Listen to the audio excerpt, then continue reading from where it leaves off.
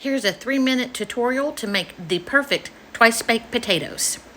I'm starting with 2 russet potatoes. You're going to take 1 teaspoon of butter, rubbing it on each of the potatoes, then sprinkle it with half a teaspoon of seasoning salt.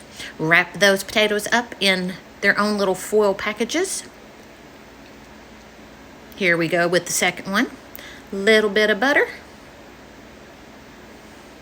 little bit of seasoning salt.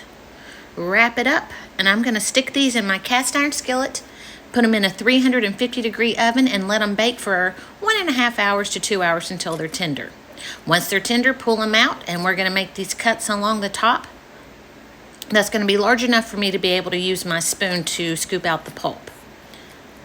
Once you've made your cuts, you're just going to peel that skin back to expose the flesh. And grabbing a teaspoon or tablespoon out of your cereal drawer, you're going to carefully scoop all that pulp out. Make sure you leave about 1/4 inch of it remaining all the way around in your little potato boat.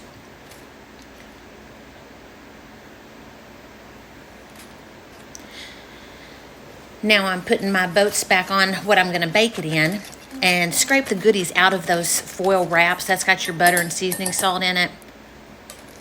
Now we're going to add in 2 tablespoons of butter, real butter, not margarine, black pepper, enough to make your soul happy, 1/4 cup of sour cream, 1/4 cup of milk, and 1 tablespoon of heavy whipping cream. Take that over to a stand mixer and mix it till it's nice and fluffy. Then we're going to put in, about 1 tablespoon of crumbled cooked bacon.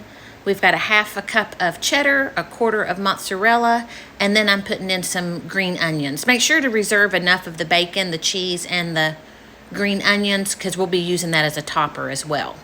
Do a little taste test, adjust your seasonings as needed, give it a good stir, and then we'll start filling our potato boats. You want to be a little gentle about this. Make sure that you're really getting the mixture down into the boats, but don't go crazy and tear them apart. Once you've got all your filling back in and they're looking all fluffy and cloud-like, we are going to start topping that with a little more cheddar cheese, a few of the green onions, and then just a sprinkling of our cooked bacon. This is going to go back in a 350-degree oven for 30-35 minutes, and voila! You have a twice baked potato. Enjoy!